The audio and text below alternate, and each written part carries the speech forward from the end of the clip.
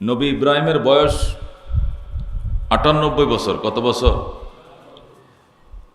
হযরতে হাজেরের বয়স 88 বছর বা তার কাছাকাছি। সন্তান নাই, ইব্রাহিমের কোনো সন্তান নাই।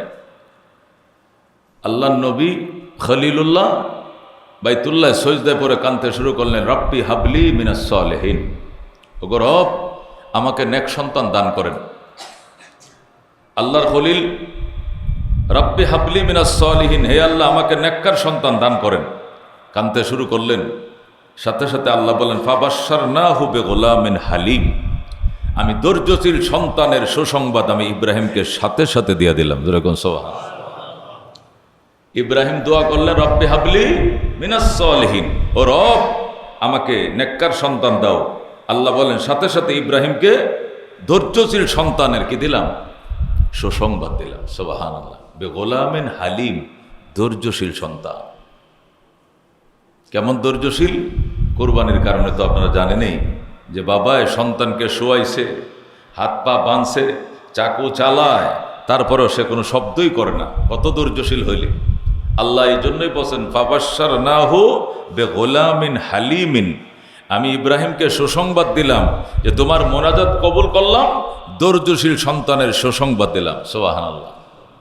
হলো সন্তান ফালাম্মা বালাগা মাহুস সায়া, আল্লাহ বলেন ইসমাইল যখন তার বাবার সঙ্গে চলাফেরার শক্তি অর্জন করলো, এদিক থেকে ওদিক যেতে পারে, দেশ থেকে বিদেশ যেতে পারে, আনুমানিক 12, 13, 15 বছর বয়স হলো হযরত ইসমাইলের।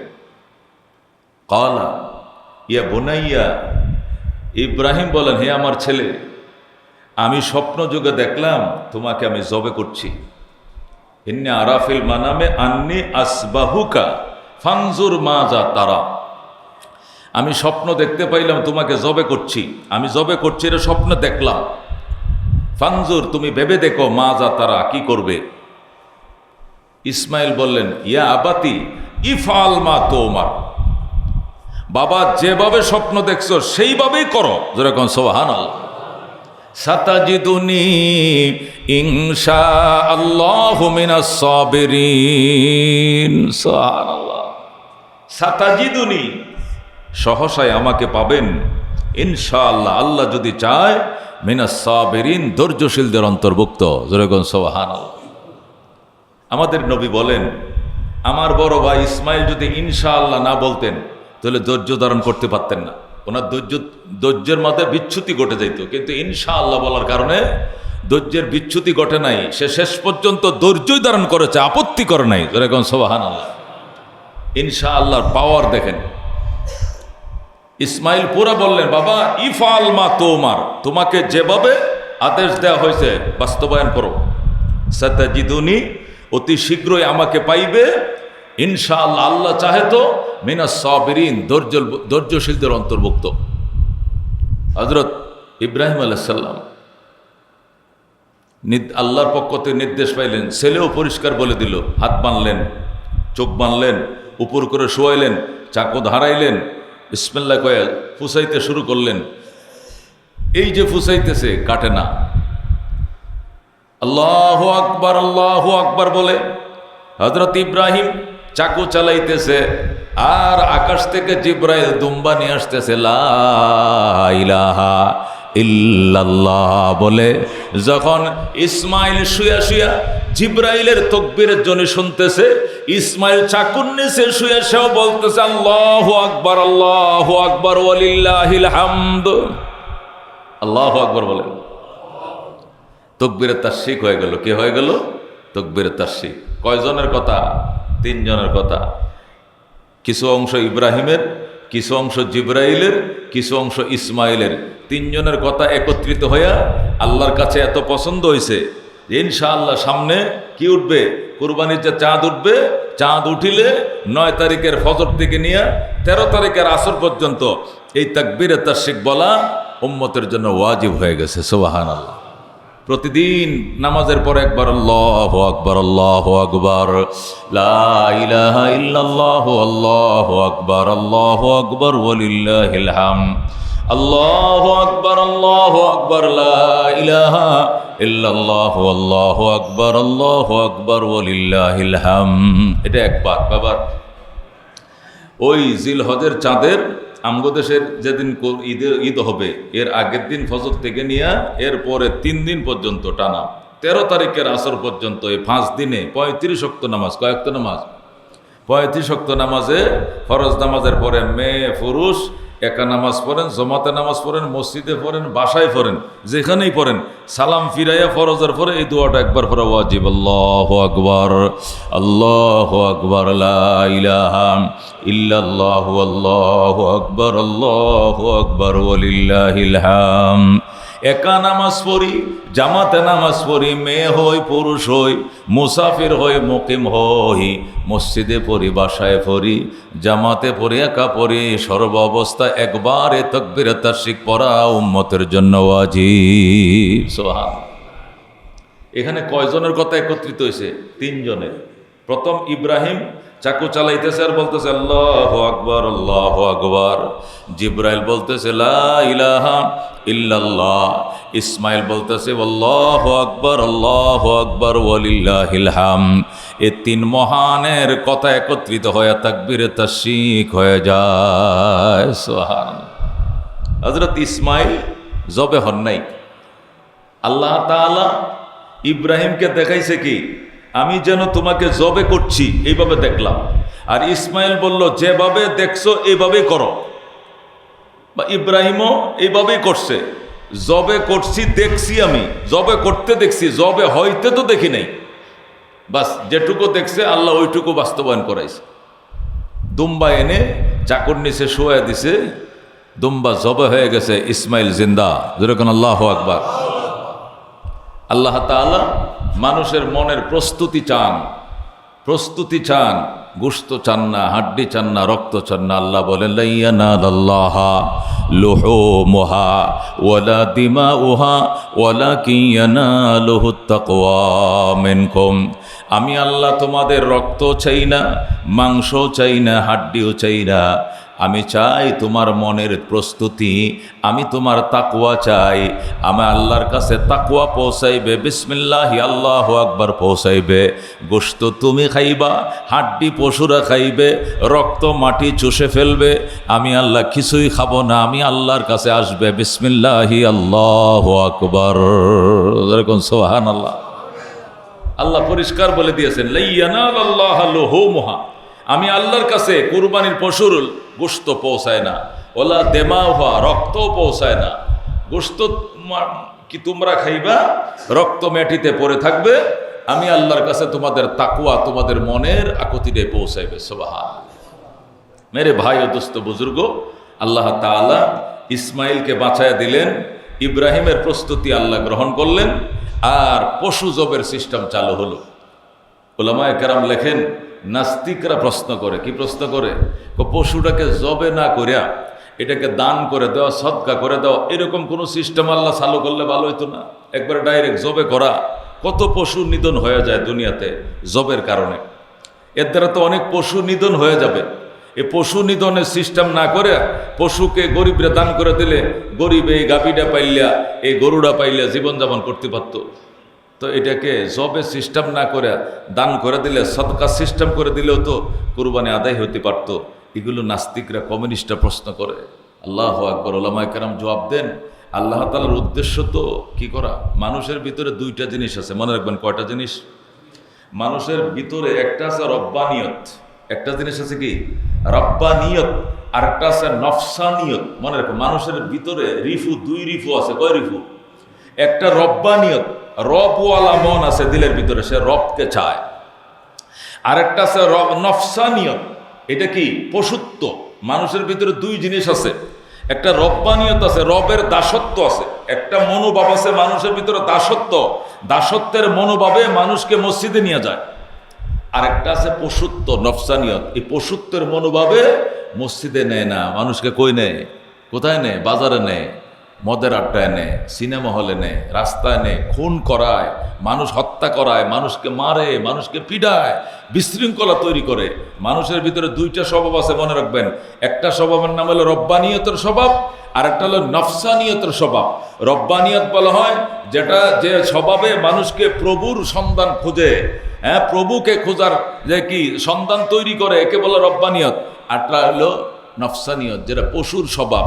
এই পশুর স্বভাবকে উৎসর্গ দেওয়ার জন্যই আল্লাহ জবের সিস্টেম করছে, পশু জবের সিস্টেম করছে। তো তোমার পশুটাকে জবে দিয়া তোমার মনের ভিতরে তো পশু লুকায় রয়েছে, এটাকে বিসর্জন দেওয়া আল্লাহকে খুশি করার জন্য। যেরকম স্বভাব, এই জন্য শুধু 1 লাখ টাকা 2 লাখ টাকাতে গরু কিনা জবে করলাম আর আমার মনের পশুত্বই রইল, এটার কোরবানি কোনো লাভ হবে না। কোরবানির পশু জব করার উদ্দেশ্য হলো ওইটার দ্বারা মনের ভিতরে যেটা কি আছে, পশুত্ব আছে, নফসানিয়ত আছে, ওইটাকে কোরবানি করে দেওয়া, দিয়ে আল্লাহর দরবারে বিলীন করে দিয়া বলে, আল্লাহ আমার ভিতরে রব্বানিয়তকে প্রাধান্য দিলাম আর নফসানিয়তকে আমি জবে করে দিলাম, তুমি আমার প্রতি খুশি হয়ে যাও। যেরকম এটি হলো উচ্চাঙ্গের কথা, এগুলো হলো কোরবানির উচ্চাঙ্গের কথা, দামি কথা। এটাই কোরবানির বাস্তবতা। পশু জবে করে মনের ভিতরে যে পশুত্ব আছে, এই নফসানিয়ত আছে, এটাকে ত্যাগ দিয়া জবে করে হত্যা করা, যাতে করে মানুষকে রব্বানিয়তের প্রতি দাবিত করে।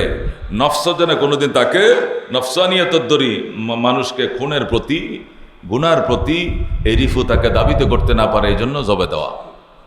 মেরে ভাই ও দোস্ত বুজুর্গ, 4-5 কিসিমের পশু জবে করার সিস্টেম আল্লাহ তাআলা পশু জবার সিস্টেম করলেন। করার পরে আমাদের নবী আসলেন, আমাদের নবী এসে কুরবানি করলেন। সাহাবায়ে কেরাম জিজ্ঞাসা করলেন, মাল আযাহি ইয়া রাসূলুল্লাহ, নবী গো কুরবানি কি জিনিস? নবী বললেন, সুন্নাতু আবিকুম ইব্রাহিম আলাইহিস সালাম, তোমাদের জাতির পিতা ইব্রাহিমের সুন্নত, এটা আমি পালন করি। তো সাহাবীরা বললেন, ফামা লানা ফিহা ইয়া রাসূলুল্লাহ, ইব্রাহিম তো আমাদের নবী না, আমনে না আমাদের নবী, তো ওই নবীর সুন্নত পালন করলে আপনি নবীর উম্মতের কি লাভ হবে? ফামা লানা ফিহা ইয়া রাসূলুল্লাহ, ইব্রাহিম নবীর স্মৃতি পালন করলে আমাদের কি সওয়াব? নবী বলেন, বিকুল্লি শারাতিন হাসানা, প্রত্যেকটা পশমের বিনিময়ে তোমাকে সওয়াব দেওয়া হবে। বিকুল্লি শারাতিন হাসানা, শারা মানে পশম। যে পশু তুমি জবে করবা, যে পশু তুমি কোরবানি করবা, এই পশুর গায়ে যত পশম আছে, প্রত্যেকটা পশমের বিনিময়ে তোমাকে এক একটা নেকি দেওয়া হবে। কালু, সাহাবী আবার প্রশ্ন করলেন সাহাবায়ে কেরামে, ফামা সৌফু ইয়া রাসূলুল্লাহ, নবী গো প্রত্যেকটা পশমের বিনিময়ে যদি সওয়াব পাই, তাহলে ভেড়ার গায়ে তো পশম বেশি, ভেড়া তো খালি পশমে ভরা তার শরীর। ছাগলের গায়ের পশম, মহিষের গায়ের পশম তো পাতলা পাতলা, কিন্তু ভেড়ার গায়ের পশম তো করে জালার মতো, ইরিদানের জালার মতো গিজগিজা, এত পশম। তো যদি আমরা ভেড়া দেয়া দুম্বা দিয়ে কোরবানি করে, তাহলে কি হবে? কবি কুল্লি শারাতিন মিনাস সৌফে হাসানা, নবী বলেন, সাহাবী পশু যেটাই হোক, যদি পশুটা বেড়া হয়, দুম্বা হয়, তাহলে বেড়ার গায়ে প্রতিটা পশমের বিনিময়ে তোমাকে নেকি দেওয়া হবে। আল্লাহর দরবারে কোনো ঘাটতি নেই, কমতি নাই। মেরে ভাই ও দোস্ত বুজুর্গ, কোরবানি করতে হবে। 5টা প্রাণী দিয়ে কোরবানি করা যায়। কয়টা প্রাণী? 1 নম্বরে উট, 2 নম্বরে গরু, 3 নম্বরে মহিষ। কটা? 3টা। এরপরে 4 নম্বরে ছাগল, 5 নম্বরে কি? বেড়া বা দুম্বা, এগুলো আর কি। তাহলে গরু দিয়া, আর দিয়ে কি দিয়া? ওট দিয়া, মহিষ দিয়া, বড় প্রাণী 3টা, আর বাকি ছোট প্রাণী 3টা, ছাগল, একটা বেড়া আর একটা দুম্বা। তো ছোট প্রাণী 3টা, বড় প্রাণী 3টা। এই 6টা প্রাণী দিয়ে কোরবানি করা যাবে। এর বাহিরে হরিণ দিয়া বা অন্য কোনো বন গরু দিয়া অন্য কোনো আইটেম দিয়ে কোরবানি জায়েজ নেই। এই 6টা প্রাণী, বড় প্রাণী 3টা, ছোট প্রাণী 3টা। বড় প্রাণীগুলোর মধ্যে 7টা করে কোরবানি, কারণ বড় প্রাণীগুলোর ভিতরে 7টা করে কোরবানি। আমি এমন এক বয়ান আজকে দিয়ে যাইতেছি, এই বয়ান 4 জুমায় যেতে কাজে লাগে। একবারে কোরবানির আগের দিন পর্যন্ত এটা জামে মানে একটা বক্তৃতা দিয়ে যাইতেছে, অল্প সময়ে যেতে সব ম্যাপটা বুঝাই দিয়ে যাইতেছে। 6 ধরনের পশু কোরবানি। কয় ধরনের? বড় 3টা, একটা হলো ওট, আরটা কি? মহিষ, একটা গরু। এটা বড় প্রাণী 3টা। এই প্রাণীগুলোর মধ্যে 7টা করে কোরবানি। কয়টা করে কোরবানি? উটের ভিতরে 7টা কোরবানি আছে, মহিষের ভিতরে 7টা কোরবানি আছে, গরুর ভিতরে কয়টা নাম আছে? 7টা নাম আছে। মাকি বেড়ার মধ্যে একটা, দুম্বার মধ্যে একটা, ছাগলের মধ্যে কটা? একটা। ওই প্রাণীগুলোর মধ্যে একটা করে কোরবানি। বেড়া, দুম্বা, ছাগল এগুলো 1 বছর বয়স হলে চলবে। কোন? বেড়া, দুম্বা, ছাগল এগুলো কয় বছর বয়স? 1 বছর বয়স। এই 3টা গেল গা। একটা করে কোরবানি, বয়স 1 বছরে লাগবে। 1 বছরের নিচে হলে হবে না। যদি মোটা তাজা হয়, খুব এরকম হৃষ্টপুষ্ট হয়, তাহলে কিছু বয়স কম হইলেও চলবে। এটি ফকিরা মুফতিরা বলেন। যা হোক, আমরা 1 বছরেই দিন জেনে নেব। বয়স ছাগলটার 1 বছর হয়েছে নি, বেড়ার বয়স 1 বছর হয়েছে নি, দুম্বার বয়স 1 বছর হয়েছে নি, খুঁজিয়া পরে কিনে নিয়ে কোরবানি করব। একটা কোরবানি হবে, একটা দিয়া। আর উটের জন্য 5 বছর বয়স লাগবে। কোন কয় বছর? উটের জন্য 5 বছর বয়স লাগবে। এর কমে কোরবানি করলে হবে না। 7টা কোরবানি আছে, 7 জনে মিলেও কোরবানি দিতে পারবো আমরা। কোরবানি আমি হজের মধ্যে উট দিয়ে দিই, এবারও নিয়ত করছি উট দিয়ে দেবো ইনশাআল্লাহ। গরুর মধ্যেও 7টা কোরবানি আছে। গরু 2 বছর লাগবে। কয় বছর? পুরা 2 বছর বয়স হইতে হবে। মহিষ পুরা 2 বছর বয়স হইতে হবে। কিন্তু উট কয় বছর লাগবে? 5 বছর লাগবে। আর বেড়া, দুম্বা, ছাগল 1 বছর লাগবে। কথা পরিষ্কার? এগুলো কুরবানি নিজে জবে করতে পারলে বেশি ভালো। ওই নিজে জবে করতে পারলে কি বেশি ভালো? বিসমিল্লাহ আল্লাহু আকবার বলে শোয়া পশ্চিম দিকে ফিরাইয়া জবে করে দিবেন। আলহামদুলিল্লাহ। নিজে না পারলে একজন আলেম, একজন যোগ্য লোক যে বুঝে জানে দোয়া কালাম, তাকে দিয়ে জবে করাইবেন। জবে করাইয়া ওর গায়ের রক্তটি, পাঞ্জাবির মাঝে রক্তটা সিটামিটা পড়ছে না, এটি উনি ধোয়ার আগেই 100টা টাকা 50টা টাকা ওনাকে দিয়ে দিবেন। একবারে খুশি হইয়া, যাতে উনি ছায়া থাকতে না হয়, আমনে করে আগায়া দিয়ে দেবেন। ভুল করেন না। কয় হুজুর আমরা তো সামরাই দিব, আমনগর মাদ্রাসায় কি দিব? সামরা দিব। আবার টেয়া লাগা কিনলে হুজুর কব না, টেয়া দিতেইব না। কি দিতে? হুজুর তো কইলেছে কি দিব না, সামরা দিয়ে এলাম, তাহলে আর দেওয়া তো লাগতো না। এটি হলো আমাদের সালাকি। হুজুর আমনগর মাদ্রাসা সামরাটা দিয়ে এলাম, তাহলে জবে করিলেন ফিরি ফিরি হবে না। সামরাতি বা তুমি দান করবা, সব পাইবা বাবা। সে যে কষ্ট করছে চাকু চালায়া, এটা ভিন্নভাবে দিয়ে দিবেন। অনেক সময় কসাইদের সাথে এই কন্ট্যাক্টগুলো করে, কয় 5 কেজি গোস্ত দিলাম তোরা বেটা, সুন্দর করে বানায় দে, খাসাতে টেহা দেম 3000 আর গোস্ত দেম কয় কেজি? 5 কেজি বানায় দে। না হইলে কয় হাজার লাগে? শতকরা 220,000 টাকা লাগে। এই কন 1 লাখ টাকার গরু শতকরা 200, তাহলে কত লাগে? 20,000 টাকা লাগে। এমন কন্ট্যাক্ট করতেছে কেমনে কসাইয়ের সাথে? কয় সর্বনাশ, এত টাকা দিতে পারবো না। কেমনে? 3000 টাকা দিমু আর 5 কেজি গুস্ত দিয়া দিব, অথবা 5,000 টাকা দিব আর 8 কেজি গুস্ত দিয়া দিব। আমার গরুটা বানায় দিস। গুস্ত কাঠটা তুমি কারে দিতেছো? কার গুস্ত তুমি দিতেছো? এটা আল্লাহর হস্তিয়া গুস্ত। এটা কোনো কসাইয়ের বিনিময়ে দেওয়া যাবে না। কথা কোন ঠিক কিনা? পুরা টাকা দেওয়ার পরে তোমার মন চাইলে, এই ছেলে আমার গরুটা কষ্ট করে বানাইছস, কামাইছস, তুই এটা তোর মারে কোস না, তোর বউরে কোস পাকায় দিত, একটু খাইস, এটা তোর এমনি হাত দিয়ে দিলাম।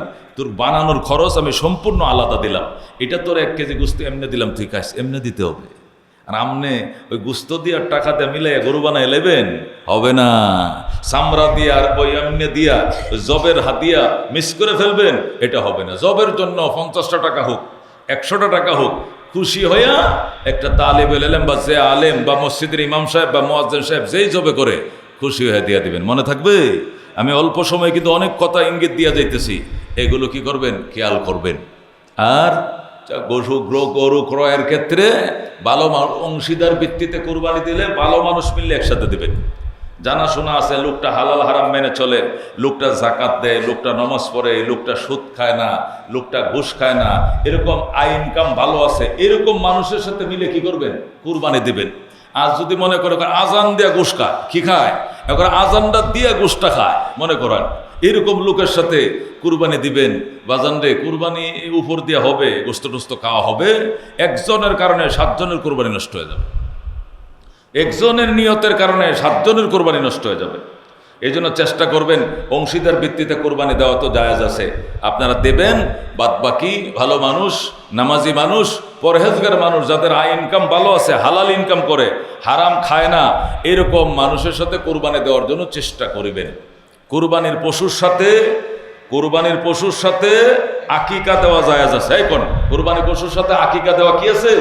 জায়েজ আছে। আপনি একটা গরু কিনছেন, আপনার ফ্যামিলিতে 5টা কুরবানি আছে, মানে আপনি, আপনার ওয়াইফ, আপনার বাবা, আপনার মা 4 জন, আপনার বড় ছেলেরা 5 জন, এই 5 জনের উপর কোরবানি ওয়াজিব। 5টা নাম দিলেন।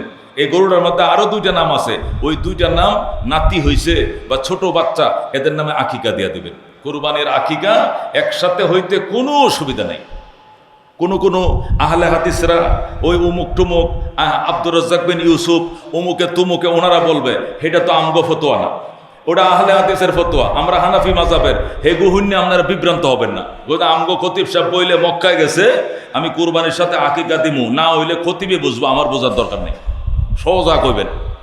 আমরা তো আহলে হাদিস না, আমরা তো সালাফি না, আমরা আব্দুর রাজ্জাক বিন ইউসুফরে মানি না, আমরা মদিনাকে মানি, আবু হানিফা রহমতুল্লাহর ব্যাখ্যায় কোরআন হাদিস আমরা মানি, ইমাম শাফি রহমতুল্লাহর ব্যাখ্যায় কোরআন হাদিস আমরা মানি। এই জন্য ওই অন্য কোনো ব্যক্তির কথা বিভ্রান্ত হবেন না। আকিকার কোরবানি একসাথে দেওয়া যাবে। আকিকার গোস্ত নিজেও খাওয়া যায়, অন্যকেও খাওয়ানো যায়।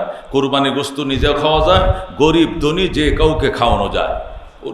জবে 4 প্রকারের, এটা বলে রেখে, জবে কয় প্রকার, মানে কুরবানি 4 প্রকার। কারণ কুরবানি কয় প্রকার? একটা কুরবানি ওয়াজিব, আপনি সম্পদশালী, আপনার নামে কুরবানি দিতেছেন, এটা হলো ওয়াজিব। আর অনেকেই কুরবানিতে ওয়াজিব না, হিসাব করলে যে ঋণ টিন তার আছে, কুরবানি না দিলে হয়, তবু সে কুরবানি দিচ্ছে, এটা নফল। কুরবানি প্রথম হলো ওয়াজিব, পরে হলো কি নফল, এরপরে হলো মান্নত। মান্নত মানে বুঝেন, কয় আল্লাহ যদি আমারে এই রোগটার থেকে রক্ষাটা করে, তাহলে আমি একটা কুরবানি দিব। এটা সৎকার মতো রে, এর মতো। এই মান্যতি কুরবানির গোস্ত নিজেও খাওয়া যাবে না, নিজে ধনী কোনো ব্যক্তিরে খাওয়ানো যাবে না, নিজের মা বাবা এদেরকেও খাওয়ানো যাবে না। গরিব গুরাবার মতে মান্যতের কুরবানির গোস্ত বন্টন করে দিতে হবে। একটা হলো রোগের কারণে মান্যত, আর একটা হলো সাদকা। সাদকা মানে কি, গরুটা এমন অসুস্থ হয়েছে, বাছুরটা, আল্লাহ যদি এই বাছুরটারে বাঁচায় রাখে, তাহলে আল্লাহ রাস্তা কি দিয়ে দিব? কুরবানি দিয়ে আলাম। এই বাছুর বাঁচায় রাখলে আল্লাহ রাস্তা কুরবানি দিব। ওরা বাছুরের বাচ্চা বড় হয়ে সার হয়ে গেছে, দিয়েছেন কোরবানি, এটাও সাদকার মতো। এটা নিজেও খাওয়া যাবে না, ধনী আত্মীয় স্বজনকে খাওয়ানো যাবে না, গরিব দুঃখীদের মধ্যে বন্টন করে দিতে হবে। তাহলে কুরবানি ফরজ যেটা, যেটা মানে ওয়াজিব যেটা, নফল যেটা, আকিকা, এই 3 কিসিমের গোস্ত নিজেও খাওয়া যাবে, অন্য যে কোনো আত্মীয় গরিব দুঃখীর খাওয়ানো যাবে। সাদকা টাকার গোস্ত নিজেও খাওয়া যাবে না, ধনী আত্মীয় স্বজন আপনজনকে খাওয়ানো যাবে না, গরিবদের মধ্যে বন্টন করে দিতে হবে। খুব মনে রাখবেন, কোরবানির পশুর গোস্ত দিয়া বিনিময় দেওয়া যাবে না, চামড়া কাটার বিনিময় দেওয়া যাবে না, কষার বিনিময় দেওয়া যাবে না। আপনি মেস চালান, আপনি কি চালান? মেস চালায় অনেক মহিলারা। মেস মানে কি, সে 2 অক্ত খাবার দেয় ওই লোকদেরকে, মেসে ওরা খায়। যারা মেস চালায়, এই মেস চালানো মানে কি, খাবার ডেলিভারি করে বাসার পাকায়া, এদের মেসের জন্য বিনিময় আছে কিনা? 2000 টাকা 3000 টাকাতে মাসে, তাহলে তারা 2 অক্ত খাবার দেয়। মাসের শেষে 3000 টাকা দিলে 1 মাস তারা 2 বেলা খাওয়ায়। এরকম মহিলারা পাক করে খাওয়ায় কিনা? এই সমস্ত মেয়েরা যদি কুরবানির গোশত দিয়ে ম্যাচ চালায়, কি দিয়া? কুরবানির গোশত দিয়ে ম্যাচ চালায়, আর এইটার জন্য টাকা নেয়, হারাম। এটা কুরবানির গোশত দিয়ে ম্যাচ চালানো যাবে না। কুরবানির গোশত এমনি হাদিয়া খাওয়ানো যাবে, এমনি খাওয়ানো যাবে। তাহলে কি করতে পারবেন? মেস চালান, কুরবানি দিছেন, আপনি অন্য তরকারি দিবেন, যে তরকারিতে সে খাইতে পারে, এরকম তরকারি, মাছ দিয়েছেন, একটা ডাইল দিয়েছেন, একটা শাক আছে, সাথে কুরবানির গোস্তটা এমনি দিয়ে দিলেন। কুরবানি তো দিছিলাম, আচ্ছা 2 টুকরা গোস্ত দিয়ে দেই এমনি, ওইটার সাথে আরো 3টা তরকারি থাকলে তখন গোস্ত দিলে অসুবিধা নেই। আর যদি শুধু গোস্তই দেন, যেটা সারা ওই ম্যাচের ছেলেটার খাইতে পারবে না, আপনি কুরবানির গোস্ততে মাসের পর ম্যাচ চালাইতেছেন, গরুটা জবে করে সোয়াব হয়ে গেল, পুরা গোস্তটা ফ্রিজে রেখে দিলেন, আর মাস ব্যাপী এটাতে ম্যাচ চালাইলেন, করলো হারাম। এটা জায়েজ না। কি লেগে? এটা আল্লাহর হস্তে গরু দিয়া, হে তো ম্যাচের তো আপনি টাকা নিতেছেন মাসে মাসে, এই কথা বুঝেন না? ম্যাচ চালানো বুঝেন তো? ঢাকার মানুষ তো বুঝার কথা। বিভিন্ন ফ্যামিলি বাসার থেকে ওরা খাবার নেয়, ওরা কোনটা কয়, আমার এক বেলাতে একদিন দিবেন গোস্ত, আর একদিন দিবেন মাছ, আর একদিন ডিম ডাইল, এইভাবে আমার 1 মাস খাওয়াইলে মাসে কত দিতে হবে? অনেক মহিলারা জামাই নাই, ছেলে মারা গেছে, ওরা ম্যাচ চালায় এরা কি করে? ইনকাম করে। ওদেরকে কুরবানির গোস্ত দিয়ে মেসোয়ালদেরকে খাওয়ানো যাবে না। অন্যান্য তরকারি থাকলে কুরবানির গোস্ত এটা ফ্রি হিসাবে দিলেও জায়েজ হবে, শুধু কুরবানির গোস্ত দিয়ে ম্যাচ চালানো যাবে না। মনে রাখেন মেরে ভাই ও দোস্ত বুজুর্গ, কুরবানির চামড়াটা, কুরবানির যে পশুর চামড়াটা কি করবেন? আপনি ইচ্ছা করলে শুকাইয়া, লবণ লাগাইয়া শুকাইয়া শক্ত হয়ে গেলে পরে এটাকে জায়নামাজ বানাইতে পারবেন। জায়নামাজ আল্লাহ নবী সাল্লাল্লাহু আলাইহি সাল্লাম দুম্বার চামড়া, উটের চামড়া লবণ দিয়া শুকাইয়া শক্ত করে পরে আরবদের ওই জমানে তো জায়নামাজ টাইমাজ কাপড়ের আর সুতার ছিল না, এইগুলো আমাদের নামাজ পড়তেন। আপনার ইচ্ছা করলে জায়নামাজ বানাইতে পারবেন, ব্যবহার করতে পারবেন, কিন্তু ব্যবহার যদি না করেন তাহলে বিক্রি করা যাবে না। কোরবানির চামড়া কখনো বিক্রি করা, ব্যাপারীরা আসবে চামড়া কিনি চামড়া বিক্রি করবেন কি? এই গোশত যেরকম মেসে বিক্রি করা যায় না, গোশত যেরকম কষার সাথে বিক্রি করা যায় না, চামড়াও বিক্রি করা যাবে না। এই জন্য চামড়া দিতে হবে এতিমদেরকে, এতিমখানায় দিতে হবে। এতিমখানায় দিলে আবার টাকা চায়, হুজুর 500 টাকা 200 টাকা দেন, কি লেগা? এটাকে বিক্রির জন্য। হুজুরে 200 দিছেও, হুজুরে 200 দিছে চামড়া কেনার জন্য না, বরং এই 200 টাকা নিয়ে দারোয়ানটা দিবে, কাজের বুয়ারা দিবে। মানে চামড়াটা আপনাদেরকে দিলাম আর একটু অংশ ফেরত নিলাম, এটা আমি আমার কাজের বুয়ারা দিয়ে দিব। এটা বিক্রি নয়, এটা একটা ভাগ।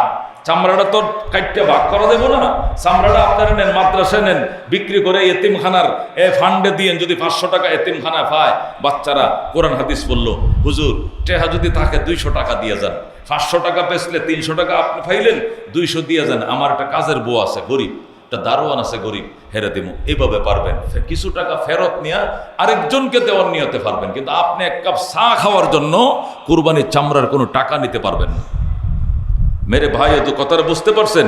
তাহলে চামড়াটা মাদ্রাসা ছেলেরা আসবে দিয়ে দেবেন।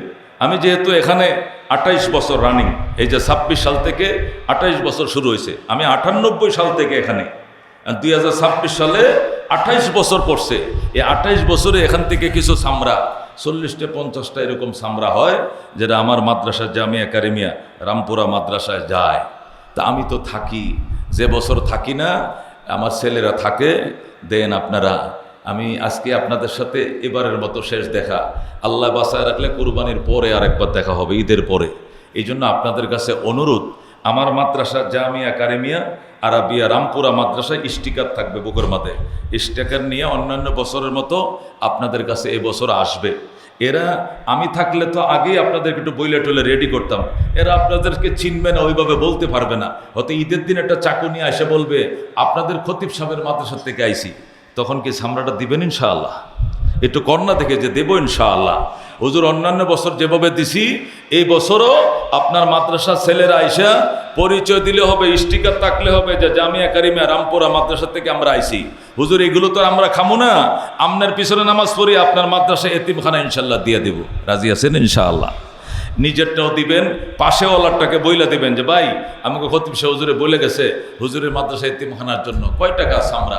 যদি ব্যাপারীর কাছে বিক্রি করেন, অনেক অসাধু ব্যাপারীরা আছে যারা স্বপ্ন দেখে কুরবানি উপলক্ষে 1 লাখ টাকা কামায়। কেমনে কামামু? চামড়া সব কিনে লাবো, ধমকি হুমকি দিয়ে 200-300 দিয়ে চামড়া খালি জমা করবো, এরপরে টেনারিতে নিয়ে বিক্রি করবো। একদিনে বেটা 4-5 বন্ধু মিললে 1 লাখ টাকা কামাই এলামু, 10,000 টাকা ফামু। আর বেনসন যে টানা শুরু করবো, জীবন বড় খাইছে আবুল বিড়ি, ঈদের দিন খামু বেনসন সিগারেট। এরকম বেনসন খাওয়ান না কিছু নামবে ঈদের দিন, এদেরকে চামড়া দিয়েন না। বলবেন এই ভাই তোমরা তো কামাই করে খাইতে পারো, এতিম অসহায় গরিব গোরাবা লিল্লা বোর্ডিংয়ের ছাত্রদের জন্য চামড়াটি আমরা এতিমখানায় দেব, এভাবে বলবেন। আমি গত 10-15 বছর আলহামদুলিল্লাহ এই এলাকায় চামড়া কেনার প্রবণতা দেখি নাই। প্রথম যখন আসছিলাম তখন দেখতাম কেউ চামড়া কিনতো, একটু টানা হেঁচড়া হইতো। আমি গেলে আবার ওইরকম অসৎ আচরণ করে নাই, হুজুর খতিব সাহেব দিলে দিয়ে দেন লয়ে যাক। এই ইদানিং 10-15 বছর আমি আলহামদুলিল্লাহ দেখি নাই, গত বছরও দেখি নাই, এবছর আশা করি এটা হবে না।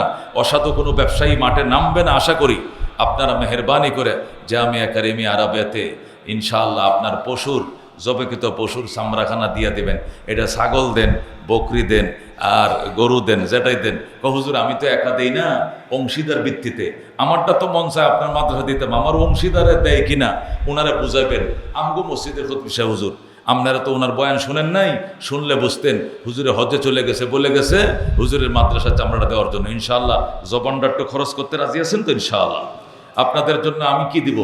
আমি ওখানে আল্লাহর ঘরে বসে, মিনার ময়দানে বসে, আরাফার ময়দানে বসে, আমার 28 বছরের বন্ধু আপনারা, আপনাদের সাথে যত পরিচয়, যত মহব্বত, আর তো আর কাহারোর সাথে আমার নাই। 28 বছর মানুষ বাঁচেনি, আমি 28টা বছর। আমি মেম্বারে যখন বসছিলাম তখন আমি বিয়েও করি নাই। আর এখন আমার ছেলে বিয়ে করছি, ছেলে হয়েছে, ছেলে হাফেজ হয়েছে, মৌলানা হয়েছে, আল আজহার ইউনিভার্সিটিতে গেছে, সেখানে ছাত্র হয়েছে। যেরকম আলহামদুলিল্লাহ এখানে এই মেম্বরে বসে থাকতে থাকতেই বিয়ে করলাম, ছেলে হইল, হাফেজ হইল, মৌলানা হইল, আল আজহার গেল, তাহলে এই আল্লাহর খেলা, আল্লাহর খেলা। একটা খতিব এক মেম্বরে 6 মাসও থাকতে পারে না, বছর পরে বদলায় যায়, কত অসৎ আচরণে কমিটি বিরক্ত হয়ে যায়। আলহামদুলিল্লাহ, এমন কোনো বিরক্ত করুন আচরণ মনে হয় আমি করি নাই। চেষ্টা করছি মিলে জিলে সৌহার্দ্যতা বজায় রেখে স্ব মর্যাদামানদের মর্যাদা দিয়া চলার জন্য। আমাকেও যত যত মর্যাদা দিয়েছে আমিও তাদের মর্যাদা দিয়েছি। হয়তো বা রিজিক ছিল, আসি এখনও আসি, কতদিন থাকি জানি না। আপনাদের কাছে আকুল আবেদন, আল্লাহর ঘরের মেহমান হব আমি। আগামী জুমা বাইতুল্লাহ পড়ার জন্য খেয়াল আছে, আল্লাহ কাবা করে আগামী জুমাটা পড়ার তৌফিক দান করে যেরকম আমি। আপনাদের কাছে আকুল আবেদন, ইনশাআল্লাহ কুরবানির পশুর চামড়াটা আমার মাদ্রাসা জামিয়া কারিমিয়া আরাবিয়া, এটা আমাদের ছাত্ররা আসবে আপনাদের কাছে, আগে চিঠিও দিবে। মুয়াজ্জিন সাহেব, ওনারা খাদেম সাহেব আছে, ওনারা পরিচিতদের কাছে চিঠি দিবে, আমার সালাম বলবে। আপনারা চেষ্টা করবেন, আল্লাহ তাআলা আপনাদের সবাইকে কুরবানি করার তৌফিক দান করুক। আল্লাহ মকবুল হজ সকলকে করার তৌফিক দান করুক। আমি আপনাদের পক্ষ থেকে আল্লাহর ঘরে আপনাদের পক্ষ থেকে আবেদন করে আসব। আগে আবেদন করা লাগে, পরে আল্লাহ কবুল করে। ইব্রাহিম আলাইহিস সালাম আমাদের নবীর 3000 বছর আগে আবেদন করছে। কি আবেদন করছে? আল্লাহ আমার বংশের মধ্যে এমন নবী দিও যে নবী তোমার 4টা ডিউটি পালন করবে, উনি যেন আমার বংশ থেকে হয়। ইব্রাহিম আলাইহিস সালাম দোয়া করছেন, 3000 বছর পরে আমাদের নবী দুনিয়াতে আইছেন, যেরকম সুবহানাল্লাহ। দুনিয়াতে আইসা যখন শেষ নবী হইলেন, শ্রেষ্ঠ নবী হইলেন, তো সাহাবায়ে কেরাম জিজ্ঞাসা করে, হুজুর আপনি যে শ্রেষ্ঠ নবী হইলেন, শেষ নবী হইলেন, কি এর বদলত হইলেন, কার কারণে হইলেন? মা বাবার দোয়ায় নেই, আপনার মা বাপ তো মুসলমানও ছিলেন, বা আপনার মা বাবা তো নবী পায় নাই, ইসলাম পায় নাই, আপনি কার দোয়ার বরকতে? আনা দোয়াও আবিনা ইব্রাহিম আলাইহিস সালাম, যেরকম সুবহানাল্লাহ। আমি আমার আব্বা ইব্রাহিম আলাইহিস সালাম আমি দুনিয়াতে আউনের জন্য, আসার জন্য 3000 বছর আগে দোয়া করছিল। এই দোয়ায় কবুল হওয়ার পরে আল্লাহ আমার দুনিয়াতে শ্রেষ্ঠ নবী হিসাবে পাঠাইছে, যেরকম মুহাদ্দিসিনে কেরাম এই হাদিসের আলোকে বলে, প্রজন্ম ভালো কাজ করার জন্য বাবারা আগে আবেদন করে যাওয়া লাগে। সন্তান ভালো কাজ করার জন্য সে আগের পূর্বপুরুষরা আবেদন করে যাওয়া লাগে আল্লাহর কাছে। সন্তানরা হজ করার জন্য তার দাদারা পূর্বপুরুষরা যখন মক্কা মদিনা যাবে, ওখানে আবেদন করে আসা লাগে, আল্লাহ আমার বংশধরকেও তোমার ঘর দেখাইও, আমার নাতিপতিদেরকে তুমি হজ করাইও, আমার স্ত্রী পুত্রদেরকে তোমার নবীর রওজা জিয়ারত করাইও। এটা বাবায় গেলে সন্তান, সন্তান গেলে নাতি, ওটা পর্যায়ক্রমে যায়, ওখানে আবেদন করে আসা লাগে। সুবহানাল্লাহ। আমি আপনাদের পক্ষ থেকে আবেদন করব আল্লাহ তাআলার দরবারে, আল্লাহ আমার প্রত্যেকটা মুসল্লিকে হজ অথবা উমরা, আল্লাহ তোমার ঘরে এসে তোমার ঘরটা সচক্ষে দেখে, তোমার ঘরের গিলাপটা বুকের সাথে এভাবে মিশিয়ে আল্লাহ তোমার ঘরের গিলাপ ধরে কান্নাকাটি করার ভাগ্য আমার মুসল্লিদেরকে খুলে দাও। আমি সব সময় করি, এবারও করিব, আল্লাহ কবুল করেন, যেরকম আমিন। ইতিমধ্যে আমাদের অনেক মুসল্লি আল্লাহর ঘরে পৌঁছে গিয়েছেন। আমাদের আবুল কালাম সাহেব ফ্যামিলি সহ 4 জন গেছেন, বাসির ভাই গেছেন, আরও অনেকে গেছেন।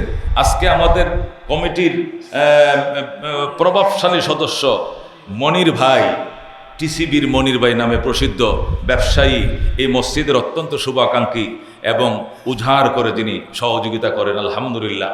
রমজান মাসে ইফতারির জন্য আমার বলে দে, হুজুর ইফতারের জন্য কাহারও কাছে হাত পাততে হবে না, যা খরচ লাগে আমি একা দিয়ে দিব। 80,000, 90,000, লাখ টাকা লাগলেও এই গত 2-3 বছর ধরে উনি একাই দেয়, আলহামদুলিল্লাহ। কোন এমন একটা আমাদের শুভাকাঙ্ক্ষী, আমাদের ভাই, আমাদের আপনজন, উনি আজকে হজে যাবে, আজকে ফ্লাইট ওনার, আল্লাহ তার হজকে কবুল করেন। আমি আগামী বৃহস্পতিবারে যাব। আমাদের শাওন, সাবেক সেক্রেটারি ইসমাইল ভাইয়ের ছোট ভাই শাওন, সে আমার সাথে যাবে। আমরা 2 জন আগামী বৃহস্পতিবারে যাব, আমরা 2 জন। আল্লাহ আমাদের হজও আল্লাহ তার শাহী দরবারে যেন কবুল করে, সহি সালামতে হজ করে আপনাদের মধ্যে আল্লাহ সহি সালামতে আবার ফিরিয়ে আনে, আবার দেখা হয়, আপনাদের সাথে দোয়া হয়, আল্লাহ তাআলা কবুল করেন, যেরকম আমিন। মেরে ভাই ও দুস্থ বুজুর্গ, আল্লাহ তাআলার দরবারে মাপ চাই, আপনাদের কাছেও মাপ চাই। জীবনে ভুল ত্রুটি তো অনেক কিছু হয়, আল্লাহর রাস্তে আপনারা মেহেরবানি করে মাফ করে দিয়েন, আপনাদেরকেও মাফ করে দিলাম। এক সময় একজনের আড়ালে হইল তো একজন কথা বলে, সামনে না বললেও আড়ালে কথা বলে। হইতে পারে আপনার আড়ালে কিছু বলে থাকতে পারি, আমার আড়ালে আপনিও কিছু বলে থাকতে পারেন, যেটা আমি শুনলে কষ্ট পাইতাম, ঠিক কিনা? হয়ে থাকতে পারে এমন কথা মুখ দিয়ে বের হয়ে যায়। আল্লাহর রাস্তে মাফ করে দিয়েছি, আমি মাফ করে দিলাম, আপনারাও মাফ করে দিয়েন। আল্লাহ যেন কবুল হজ নসিব করে সহি সালামতে হজের বিধানগুলোকে সুন্দরভাবে পালন করার তৌফিক দান করে, যেরকম আমিন। আল্লাহ তাআলার দরবারে সবসময় আকুতি আর মিনতি করবেন, আল্লাহ এই জীবনে, আমার জীবনের সবচেয়ে বড় চাওয়া পাওয়া চাকরি নয়, সবচেয়ে চাওয়া পাওয়া ডিগ্রি নয়, সবচেয়ে চাওয়া পাওয়া ছেলে মেয়ে বিয়ে দেওয়া নয়, এগুলো তো আমার দায়িত্ব, এগুলো তো আমি পালন করেছি। আমার এই জীবনের সবচেয়ে বড় চাওয়া পাওয়া, আল্লাহ তোমার ঘরটা দেখতাম, তোমার নবীর রওজাখানাটা দেখতাম। আল্লাহ তুমি খালি ধনীদেরকে দেখাইবা, গরিবকে দেখাইবা না, আমাকে তৌফিক দাও। টাকা দালান কোঠা বানানোর ইচ্ছা আমার নাই, মদিনার খরচটা বহন করতে পারলে চলবে, আমি পাগল মদিনা ছুটে যাব। হযরতে খাজা মঈনুদ্দিন চিশতি আজমিরি এটাই বলতেন, বাস দেখা দে ইলাহি वो मदीना कैसे बसती है कि जिस पर रातों दिन मौला तेरे रहमत बरसती है, साहिल से लगा दे मुझे इश्क़ों का सफीना, आंखों से देखा दे मुझे मक्का ও মদিনা। আল্লাহ তোমার নবীর ঘাটে আমার নৌকাটা লাগায় দাও, আল্লাহ তুমি নবীর রওজার ঘাটে আমার নৌকা লাগায় দাও, আর নিজ চোখে মক্কা মদিনা দেখার ভাগ্য খুলে দাও, ভাগ্য খুলে দাও। যেরকম সুবহান। মক্কা মদিনার প্রেমে বেকুল থাকতে হবে, আল্লাহর কাছে সাহায্য চাইতে হবে, সহযোগিতা চাইতে হবে। আল্লাহ মক্কা মদিনা না দেখায় মরণ দিবে না, দিবে না, দিবে না। আল্লাহ প্রতিশ্রুতিবদ্ধ। আল্লাহ রাব্বুল আলামিন আমাদেরকে তার ঘর দেখে, তার রওজা দেখে আল্লাহ তাআলা এরপরে তৃপ্তি করে, কান্নাকাটি করে এরপরে দুনিয়ার থেকে বিদায় হওয়ার তৌফিক দান করে। যেরকম আমিন। আমার এরপরেও আরও যারা আছেন, আরও মুসল্লি আছেন যে আমার পরেও যাবেন, আলহামদুলিল্লাহ আমাদের এখান থেকে আমার জানা মতে 15-16 জন এখানে নিয়মিত জুমা পড়ে আমার পিছনে, এরকম 15-16 জন এবার হজে যাচ্ছে। মানে আমার সাথে যাচ্ছে, আমি তো আর লোক নেই না, আমি তো আর হজের ব্যবসা করি না, আমার সাথে যাচ্ছে না, বিভিন্ন যার সাথে পরিচিত তার সাথে যাচ্ছে। এটা একটা বিরাট প্লাস পয়েন্ট আমার মুসল্লিদের ভিতরে। এত রওজা জিয়ারতকারী, এত বাইতুল্লাহ জিয়ারতকারী আল্লাহ কবুল করছেন। আল্লাহ আমাদেরকেও কবে নাম লেখাইবা ওই তালিকায়, এই অপেক্ষায় রইলাম এই বলে সবাই কান্নাকাটি করবেন, আল্লাহ কবুল করেন। যেরকম আমিন। মেরে ভাই ও দোস্ত বুজুর্গ, বিশেষ করে মা বাবার খেদমতটা একটু সিরিয়াসলি করবেন। মাঝে মধ্যে মা রে বলেই ফেলবেন, ও মা গো, হুজুরি বারবার বলে মার দোয়া নিলে বলি মিস নাই, একটু দোয়া করতে পারো না আমি মদিনায় যাইতাম, একটু দোয়া করতে পারো না আমি মক্কা যাইতাম। হুজুরে তো সবসময় বলে মা বাবার দোয়া নাকি মিস হয় না, তো তুমি তো আমার মা, তুমি তো আমার বাবা, একটু দোয়া করে আমার জন্য অগ্রিম একটু দোয়া করে যাইও, আল্লাহ যেন মৌতের আগে বাইতুল্লাহ জিয়ারত নসিব করে। ইনশাআল্লাহ, ইনশাআল্লাহ মিস নাই মা বাবার দোয়া। আপনি গরিব হলেও আল্লাহ আপনাকে মদিনায় পৌঁছাবে, আল্লাহ মক্কা দেখাবে। যেরকম আল্লাহু আকবার। হযরত ওয়াইস করুনী রহমতুল্লাহ আলাইহি মার খেদমত করতে গিয়া নবীর সহবতে যাইতে পারে নাই, এরপরে আল্লাহ নবী তার জন্য কি জামা মোবারক দিয়ে গেছেন, ওমর আমার জামাটা ওয়াইস করুনীর কাছে পৌঁছায় দিও, মার খেদমতের কারণে আইতে পারে নাই, যা পাইতো আমি তারে দিয়া গেলাম, তাই তারে দিয়া গেলাম। যেরকম সুবহান। মার খেদমত। হযরত ওয়াইস করুনী শুনলেন নবীজির দান শহীদ হয়ে গেছে 2টা। ওয়াইস করুনী পাথর নিয়া 32টা দাঁত ভেঙে দিলেন, আর বললেন যে নবীজির গালে 2 দাঁত নাই, আমার গালে একটাও থাকবে না। 32টা দাঁত সবকটি ভেঙে দিয়া এরপরে নবীর জন্য কান্দে। যেরকম আল্লাহু আকবার। মেরে ভাই ও দোস্ত বুজুর্গ, এই জন্য মদিনা যাওয়ার সবচেয়ে বড় উপকরণ হলো নিজে কান্নাকাটি তো করতে হবে, মা বাবার খেদমত করতে হবে। মা দেশে থাকে, বাবা দেশে থাকে, এই গরমের মধ্যে টিন সেট ঘর বাড়িতে ফোন দিবে, ও মা ফ্যানটা ঘুরে নি, বাবা ফ্যান তো ঘুরে রে, কারেন্ট তো থাকে না। ও কারেন্ট থাকে না, কি করতাম মা? বাবারে একটা সাঁস ব্যাটারি ওলা একটা ফ্যান যদি কিনে দিতে বাজান, কর্জ করবেন, দাঁড় করবেন, তবু একটা সাঁস লাইটওয়ালা ফ্যান মার জন্য পাঠিয়ে দেবেন।